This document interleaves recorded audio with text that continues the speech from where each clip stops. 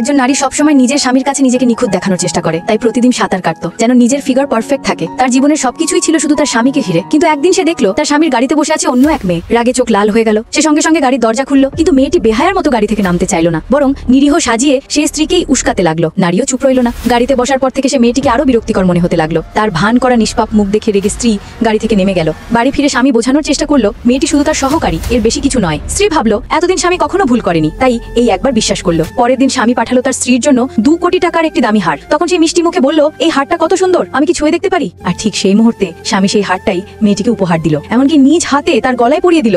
এই দৃশ্যটি অফিসের সেক্রেটারি চুপি চুপি ছবি তুলে পাঠালো স্ত্রীর ফোনে। স্ত্রীর রাগ চরমে পৌঁছালো। সে ঠিক করলো অফিসের সব নারী কর্মীকে 20 লক্ষ টাকার হীরের হার উপহার দেবে, তবে সেই মেয়েটিকে নয়। পরের দিন সবাই উপহার পেল, শুধু সেই সহকারী বাদে।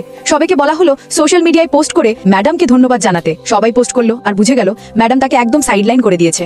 সহকর্মীরা মেয়েটির মজা করতে লাগলো। অপমান সহ্য করতে না পেরে সে কাঁদতে কাঁদতে গিয়ে পড়লো স্বামীর কাছে। স্বামী না ভেবে স্ত্রীকেই দোষারোপ করলো, তুমি ইচ্ছে করে মেয়েটিকে অপমান করেছো। রাতে স্বামী সেই মেয়েটিকে নিয়েই বাসায় ফিরলো। বলল দুজনের মুখোমুখি কথা হওয়ার দরকার। স্ত্রী সরাসরি মেয়েটিকে হুমকি দিল, তুমি আমার স্বামীর সেক্রেটারি হও বা শিক্ষক, তাতে আমার কোনো যায় আসে না, কিন্তু আমি তোমার বসের স্ত্রী, যে আমার স্বামীর সাথে ফ্ল্যাট করবে আমি তাকে ছেড়ে দেবো না। কিন্তু স্বামী তবুও স্ত্রীর দোষ খুঁজে গেল।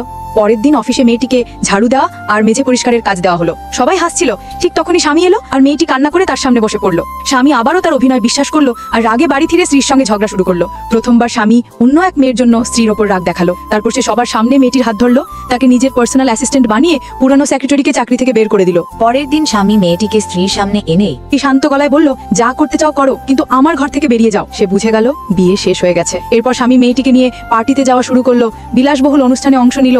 মেয়েটি সোশ্যাল মিডিয়ায় ছবি পোস্ট করতে লাগলো। সব দেখে স্ত্রী সিদ্ধান্ত নিল এখন ডিভোর্সই একমাত্র উপায়। সে সেক্রেটারিকে ফোন করে বলল, প্রপার্টি ভাগের কাগজ তৈরি করো, আমি ডিভোর্স ফাইল করব। ঠিক তখন স্বামীর ফোন এলো, মায়ের জন্মদিন, তোমাকে যেতেই হবে। স্ত্রী রাজি হলো, কিন্তু বাড়ির সব জিনিস এমনকি ছবিগুলো কাজের লোককে দিয়ে সরিয়ে ফেললো। যখন স্বামী এলো, গাড়ির পেছনের সিটে বসা সেই একই মেয়েটি বলল, আমরা আপনার জন্য সামনের সিটটা ফাঁকা রেখেছি। পার্টিতে গিয়ে স্বামী স্ত্রীর হাত ধরলো না, বরং মেয়েটির হাত ধরে সবার সামনে চলে গেল। শাশুড়ি সব দেখলো, আর পরে বৌমাকে জিজ্ঞেস করলো কি হচ্ছে। স্ত্রী সব খুলে বলল, আপনার ছেলে তার সেক্রেটারির জন্য আমাকে অপমান করে, সবার সামনে ভালোবাসার অভিনয় করে। তারপর সে স্বামীকে বলল, চলো ডিভোর্স করি। স্বামী হতবাক হয়ে গেল। স্ত্রী বলল, তুমি শুধু এই মেয়ের জন্য আমার সাথে বোকামি করছো, আমার কাছে ইতিমধ্যেই ডিভোর্সের কাগজ প্রস্তুত আছে। স্বামী বোঝানোর চেষ্টা করলো, ওর সাথে আমার তেমন ঘনিষ্ঠ সম্পর্ক নেই। কিন্তু স্ত্রী বলল, তুমি পাগল হয়ে গেছো, 2 কোটি টাকার হার তাকে দিয়েছো, পার্টিতে নিয়ে গেছো, এমনকি তোমার মায়ের জন্মদিনও তাকে এনেছো, এগুলো কি যথেষ্ট? স্ত্রী বলল, আর না। স্বামী থামানোর চেষ্টা করলো, কিন্তু স্ত্রী বলল, আমি তোমার সঙ্গে আর সময় নষ্ট করতে চাই না, আমার যোগা সেশন বুক করা আছে। স্বামী বিস্ময়ে জিজ্ঞাসা করলো, তুমি জানো তুমি কি বলছো? স্ত্রী তখন বলল, সেই মেয়েটি